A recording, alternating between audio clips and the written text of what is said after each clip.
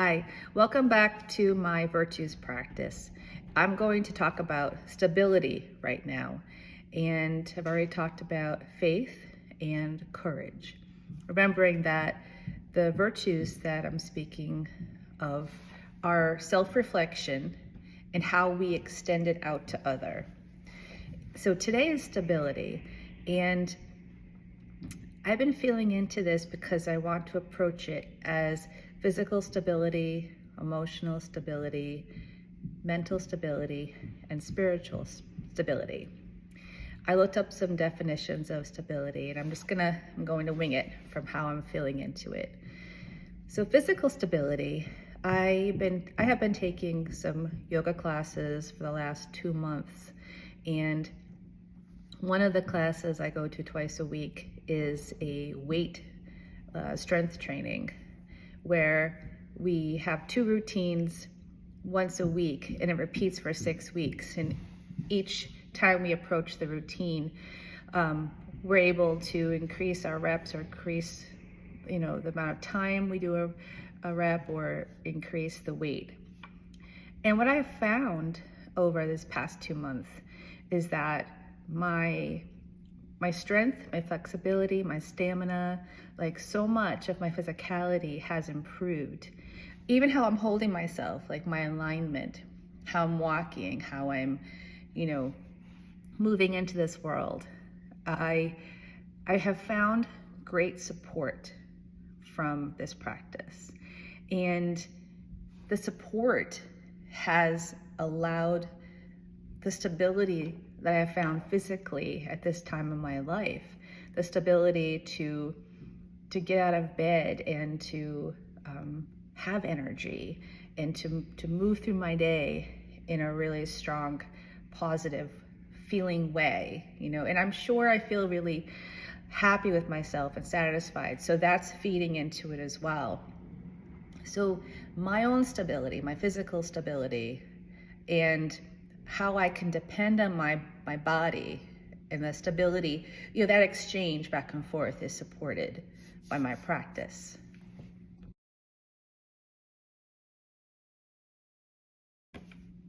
Emotional stability. I believe that a lot of times we're judged for the emotions that we might be feeling, so we hold them close to ourselves so that we can protect ourselves. And I'll tell you, I've done this part of the video a few times, and I had a realization. Our emotions are always moving around within us, and we have hundreds of emotions sometimes at the same time. We're often only versed in a few of them: anger, sadness, despair, grief, happiness, joy, maybe 10, 12, but we have so many, and there's variations of them.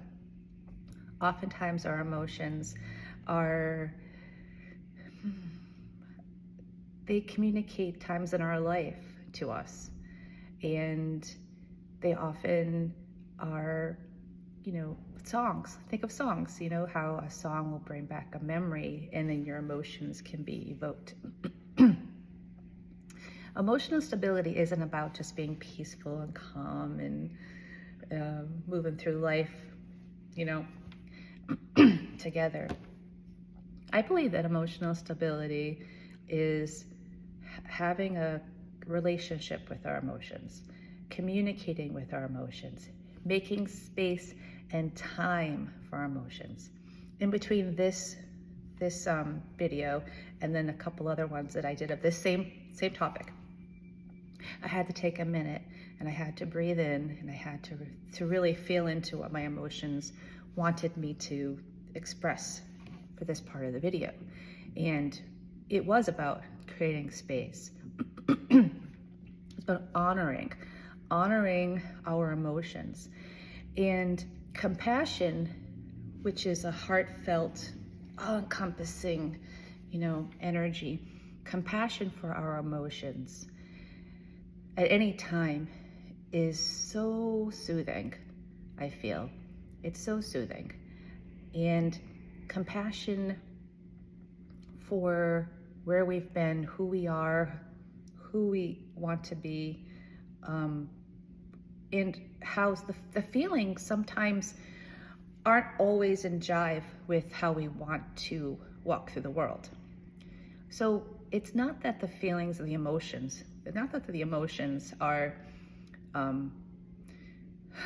trying to set us off course. No, they just are there, and they're a part of who we are. It's like, it's almost like a treasure hunt sometimes. When you go in, you're trying to feel into a something. Like, I have a little bit of a congestion, so that's just something that's emotionally trying to express that either it's still moving its energy, or I just haven't exactly communicated with it enough, but it's telling me something. So emotional stability is, I believe, having a relationship, making time with our emotions, and just forgiving ourselves, having compassion for ourselves, honoring ourselves, and just creating that space for ourselves emotionally so that we can just show up.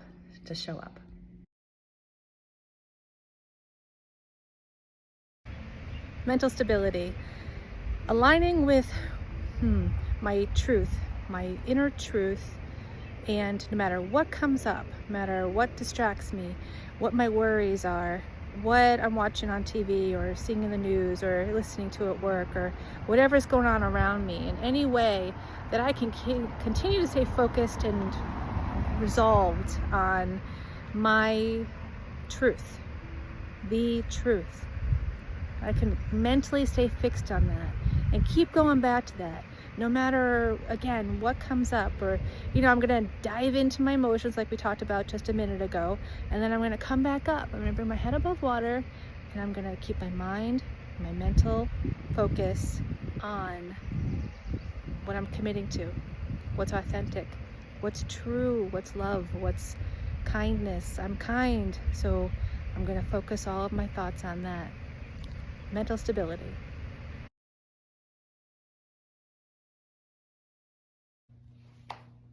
Spiritual stability. I believe that my spirit is all-encompassing, it's infinite. I believe that after this body, after Debbie is no longer functioning, that my spirit will continue. And I also feel the spirit during different practices, different moments of reflection. I often feel spirit when I'm out in nature, and gosh, with the ocean, like, I feel the spirit. I feel the earth energy too, but I feel the spirit so strongly there. So there are practices in my life where when I ground, when I have mental clarity, and when my heart is open, and when I'm aware of what my emotions are, that I align with my spirit, and I can remember who I am spiritually.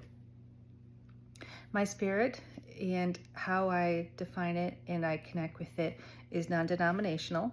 It's not political. It's not trendy. It's not historical. It's not something. I mean, when we read and we get other people's perspectives of it, maybe helps us to kind of feel into it. Like, be talking to you. This is maybe not how you connect with your spirit, or how you are aware of your spirit. So this is just something that I use just to be able to have that feeling of stability in this life. And I hope that when I'm walking with this, embodiment, and I'm meeting people and I'm talking to them, and when you're listening to this video, I hope that my spirit comes through to you. That's my hope and my intention, that it's an active force and energy that comes through me. And it's not just one spirit, but I really just feel like it's a collective. So that's just how I feel. So this was my practice on the virtue stability. And I look forward to seeing which virtue I choose next. But thank you. And if you are, thinking about all these different things I might have said, put some comments down below, especially like if you've got, contemplation about it, if you agree, don't agree, just thoughts, because it's all about how we individually practice these virtues in our lives and how we extend them out to others. So this is just how I practice it and how I'm extending it to you. So thank you.